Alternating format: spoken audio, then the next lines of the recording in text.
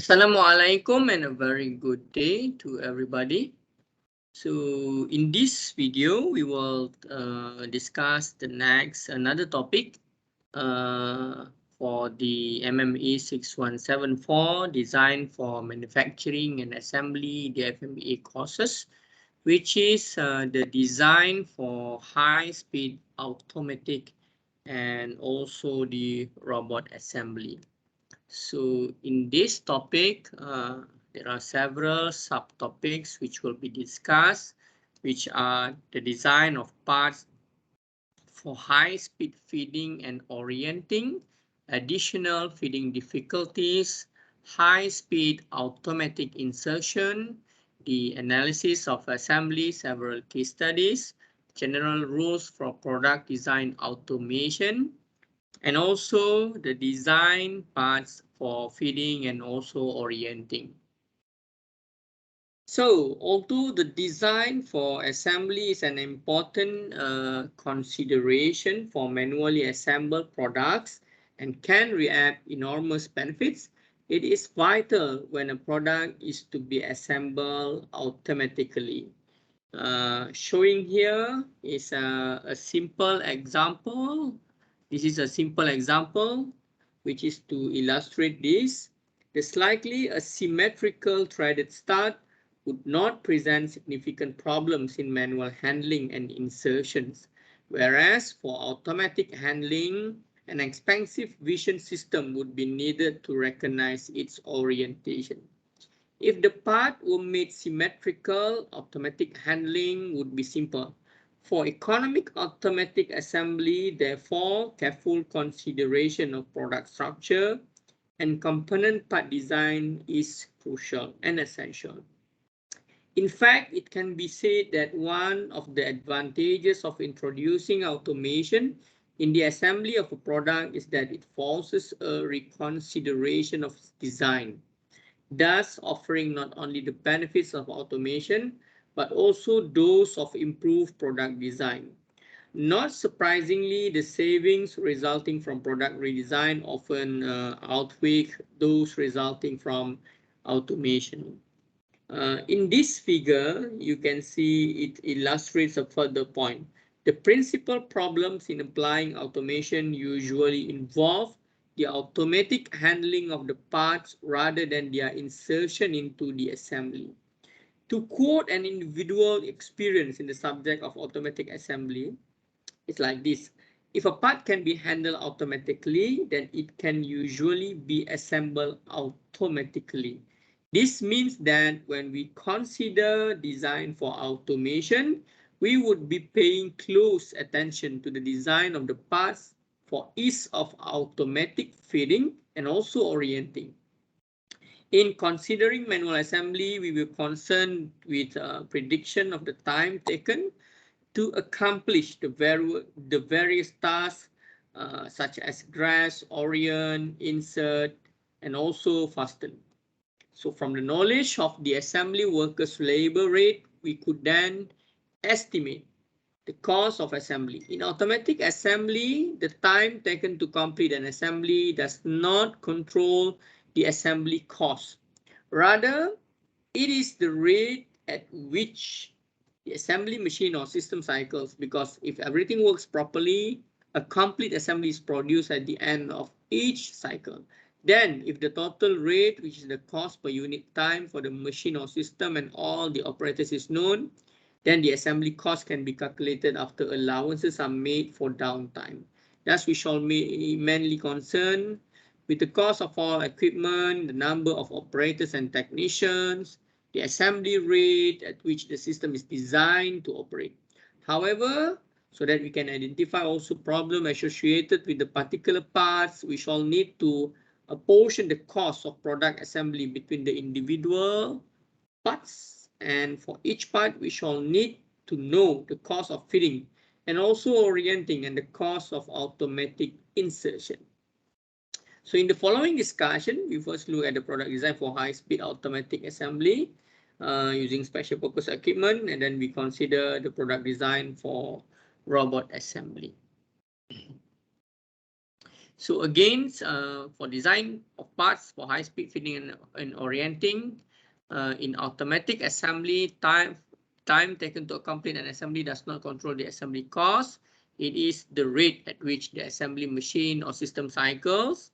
Yeah, as I mentioned before, the total rate or the cost per unit for the machine or system and all the operators is known, then the assembly cost can be calculated. Yeah. Okay.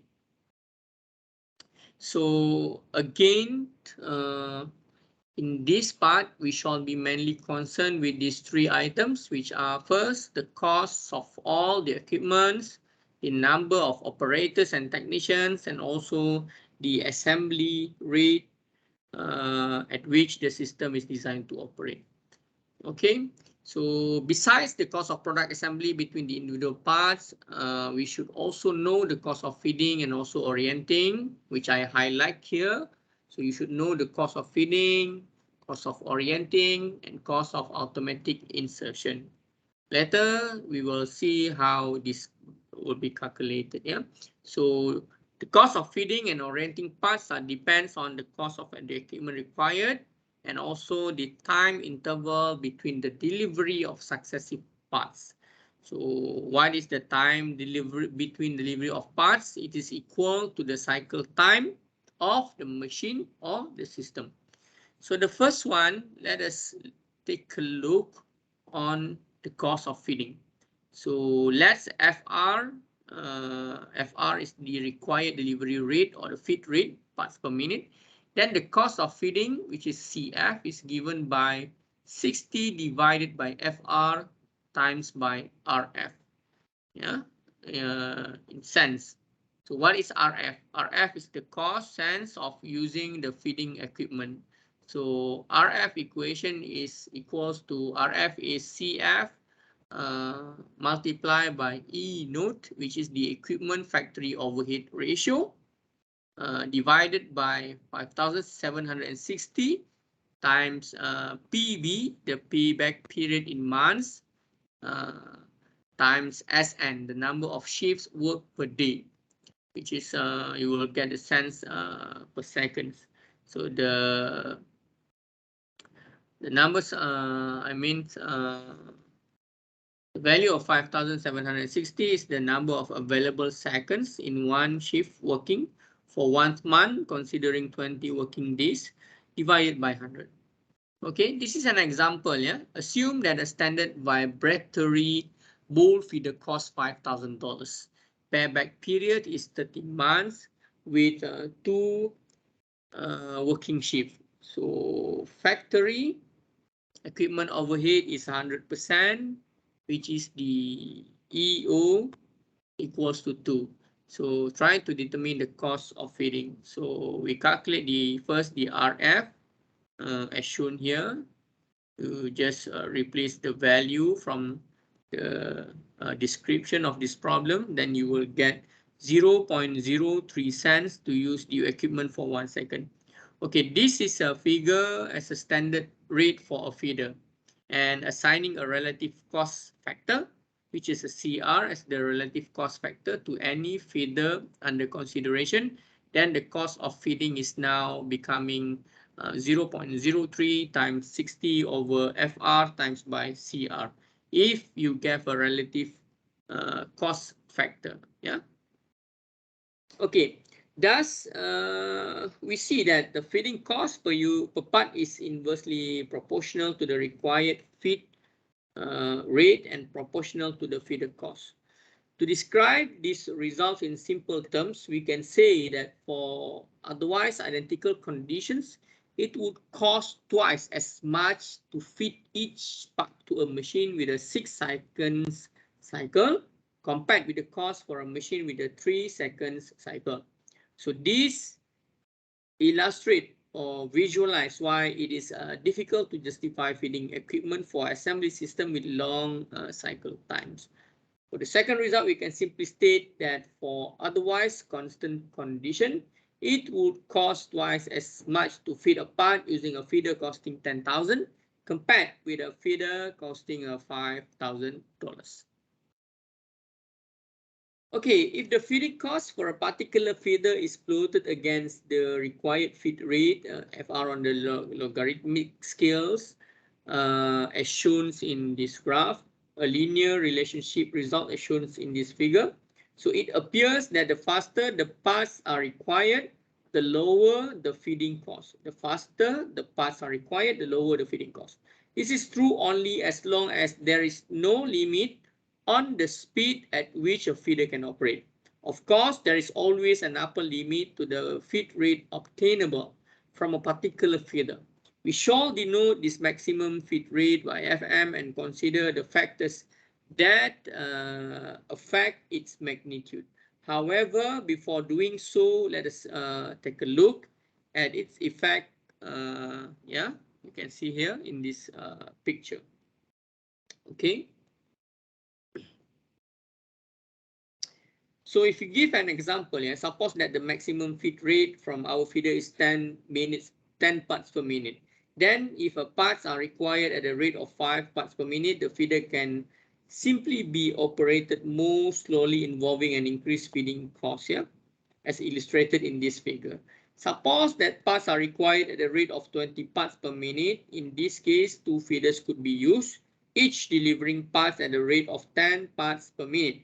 However, the feeding cost per part using 2 feeders to give twice the maximum feed rate would be the same as 1 feeder delivering parts at its maximum feed rate. In other words, if the required feed rate is greater than the maximum feed rate obtainable from 1 feeder, the feeding cost becomes constant and equal to the cost of feeding when the feeder is operating at its maximum rate. So this is shown in this figure by the horizontal line. So if multiple feeders are used for increased feed rate, then the line will be sawtooth here as shown in this figure. However, in practice, the line can be smooth by spending more on feeders to improve their performance, yeah, when necessary.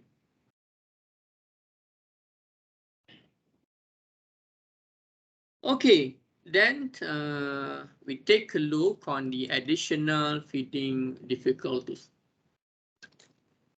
In addition to the problems of using the part's geometric features to orient it automatically, other part characteristics can make feeding particularly difficult. For instance, if the edges of the parts are thin, shingling or overlapping may occur during feeding, which leads to problems with the use of orienting devices on the feeder track as shown in this figure. Yeah.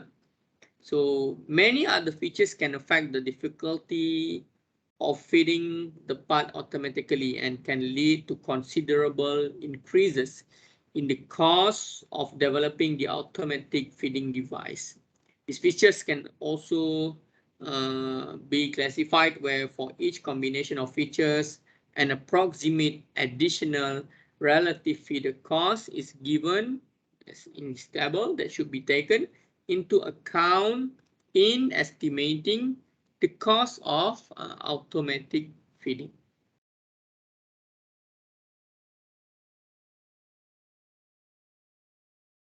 Yeah, if you can see here in this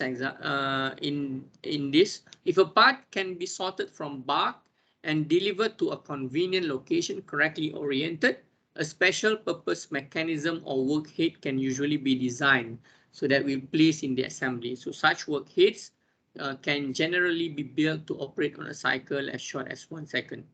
So in the second condition, for assembly machines which is operating on cycles greater than 1 second, automatic insertion cost, which is CI, is given by CI is equals to 60 divided by FR multiplied to RI.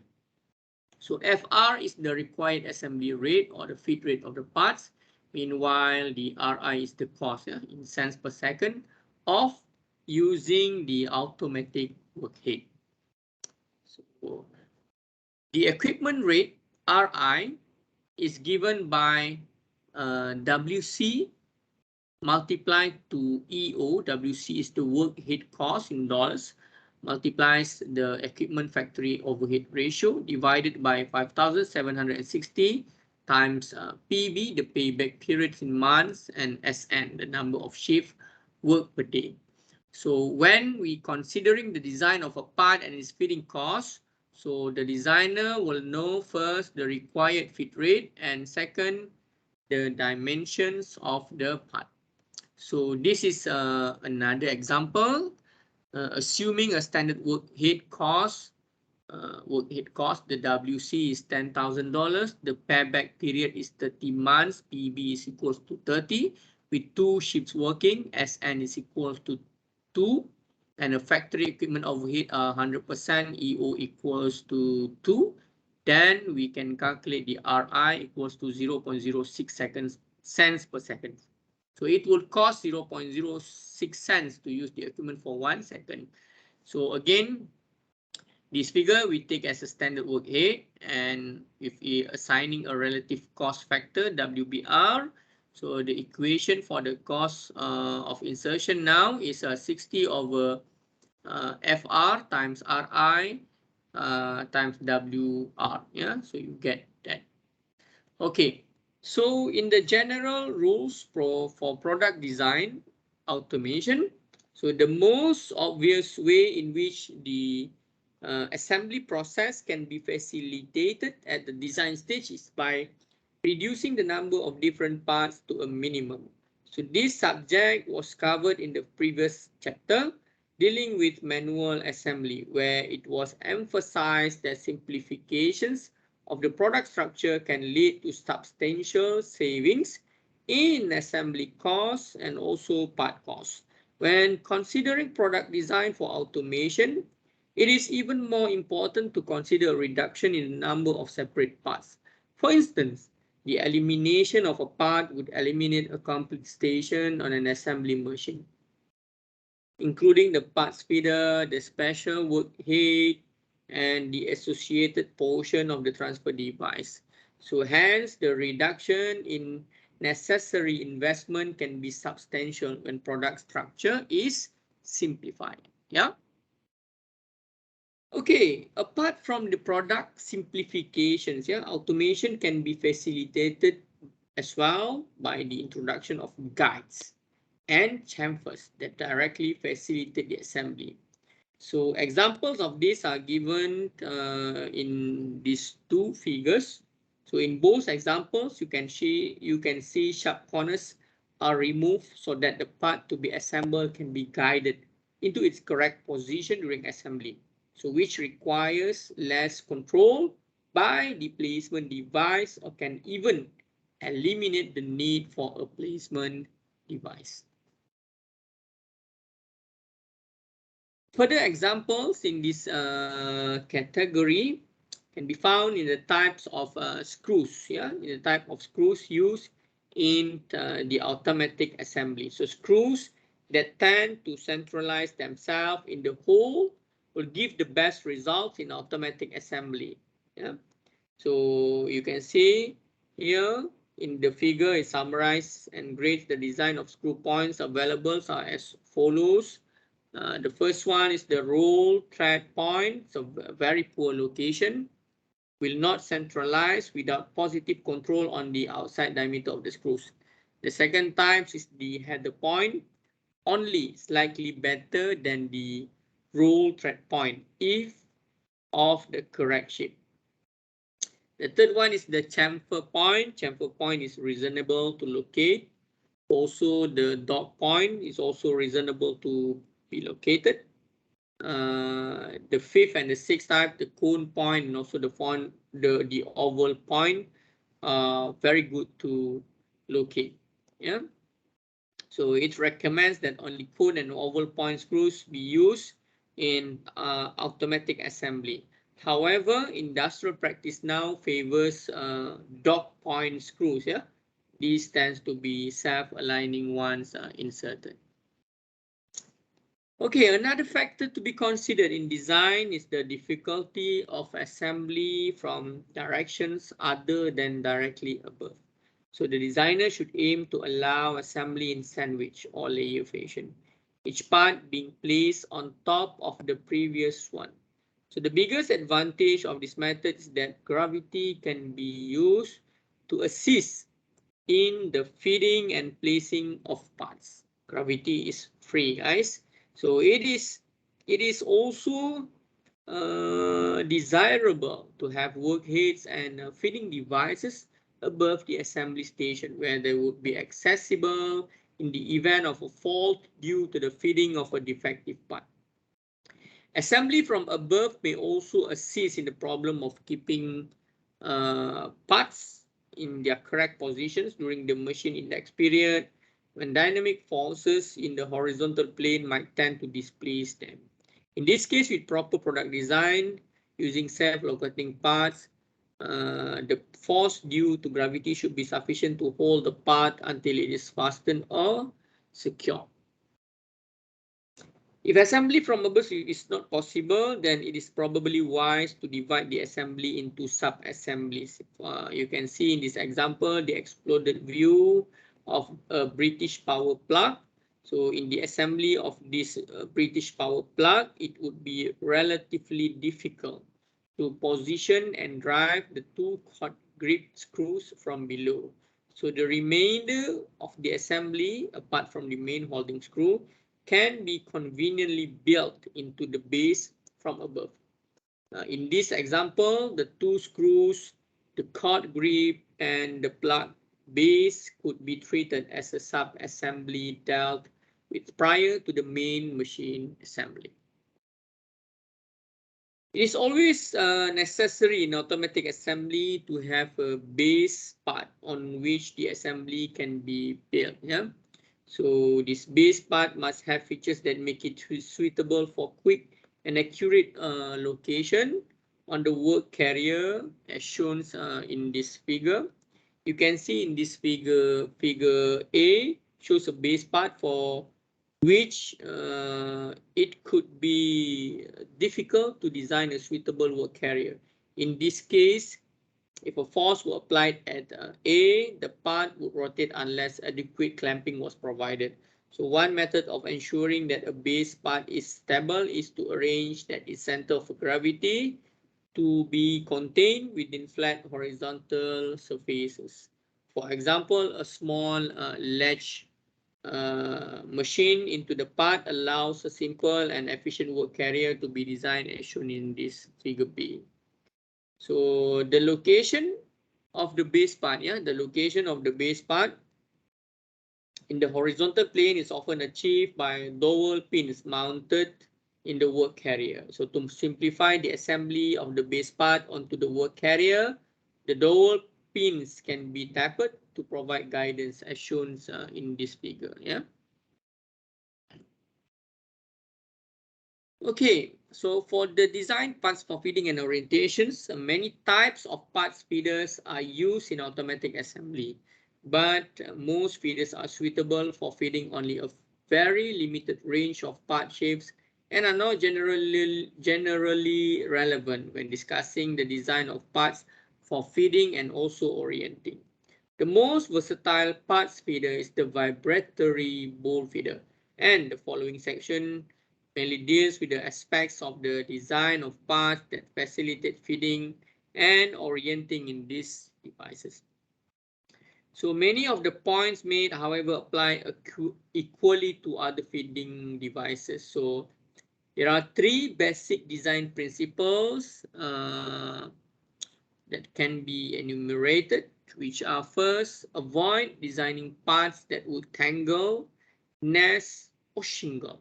Second, makes the part symmetrical. And lastly, if parts cannot be made symmetrical, avoid slight asymmetry or asymmetry resulting from small or non-geometrical features.